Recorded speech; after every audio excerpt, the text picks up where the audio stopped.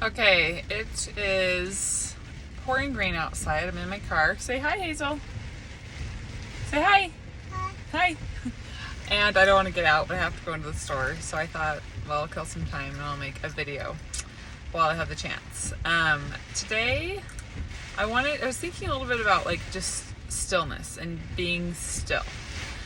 And how much I love it now when I get the chance to just like sit on my couch and not have anything that I feel pressing that I have to do, or maybe I do and I just decide I'm not going to do it, and the ability to just sit and feel calm and still. I was absolutely unable to do that when I had my eating disorder for many reasons. Just the idea of sitting was hard for me. The idea of sitting with nothing else that I was doing to distract me from wanting to eat was terrifying. And just the nervous energy that I had when I had my eating disorder made it really hard to just be still with my thoughts.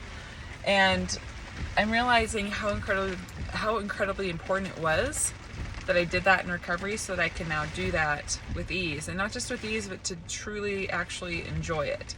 And so I always say if you're in recovery, I assume that you're in recovery. I'm just going to assume that. I hope you're in recovery. If you're listening to this channel, you better be. So if you are someone who has been struggling to just sit down with nothing really distracting you and allow yourself to just ponder life, try to kind of like tap into maybe while you're sitting there thinking about why you're doing recovery. Try to envision yourself a year, 2 years, 5 years, 10 years down the road, and kind of what you hope what you're doing now in recovery is going to bring you down the road.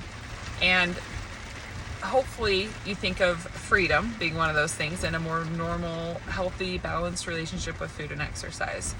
I think sometimes we think that we're gonna like somehow just do the things that we want to be able to do in the future, and somehow the eating disorder is just going to kind of like fizzle away, or it's just going to you're going to outgrow it or something, and it's just going to go away.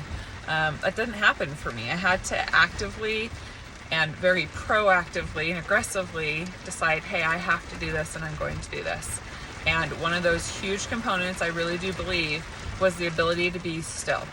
Now, when you're in recovery and you're being still, you're going to want to eat. We're just going to throw that out there now. Assume and plan on wanting to eat when you sit yourself down and you're just being very still.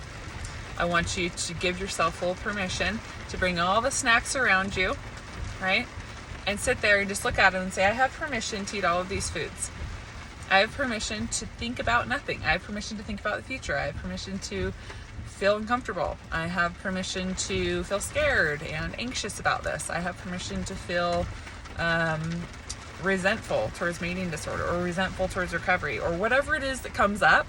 Let yourself experience that, like identify it. Oh, I'm feeling this, and let it pass.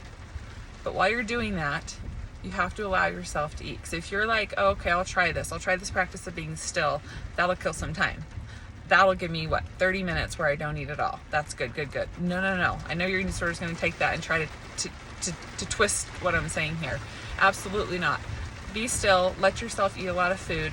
That's going to bring uncomfortable feelings. If you've got an eating disorder, especially a movement compulsion, and you're allowing yourself the space and the time to eat and not move for a good amount of time, that's going to make you feel uncomfortable.